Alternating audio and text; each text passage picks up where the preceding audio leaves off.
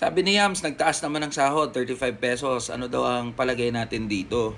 E di, syempre kulang yung 35 pesos. Pero ito walang biro sabi ng Dole, okay na yung 35 pesos, sapat na yan sa mga manggagawa sa National Capital Region. Ngayon, tignan natin yung naging basis ng Regional Wage Board para sabihin nila na sapat yan 35 pesos na wage increase na yan. Di ba sa nakaraang video, pinaliwanag natin na ang pagtatakda sa sahod ay regional. So, ibig sabihin, yung mga regional wage boards ang dumidinig dito sa mga petisyon para itaas yung sahod ng mga manggagawa. Dito sa National Capital Region, may 3 petisyon para itaas ang sahod ng mga manggagawa.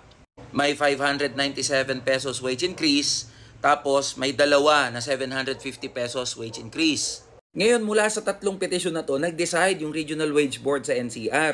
At sabi nila, matapos ang masusing pag-aaral, 35 pesos lang daw ang kailangan ng mga manggagawa na wage increase. Nakasulat mismo doon sa Wage Order number NCR-25 na yung poverty threshold ay nasa 452 pesos lang.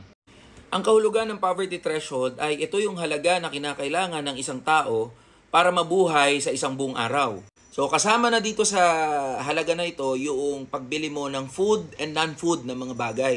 Ngayon yung ginamit na datos ng Regional Wage Board ay yung poverty threshold noong 2021 pa.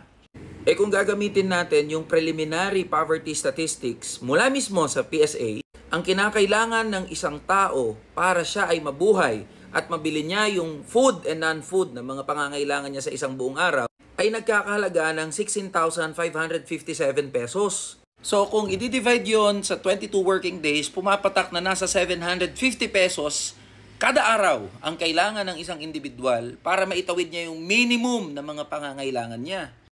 Tas magkano? Suma total yung sahod na matatanggap ng mga manggagawa sa NCR.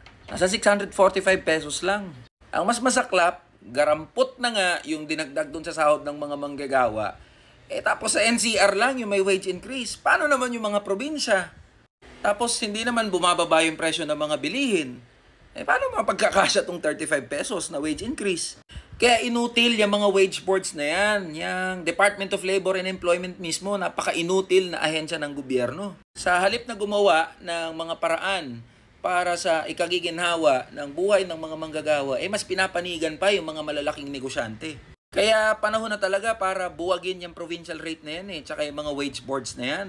Kailangan nang i-abolish ang provincial rate at ipantay ang sahod ng mga manggagawa mula NCR, Luzon, Visayas at Mindanao.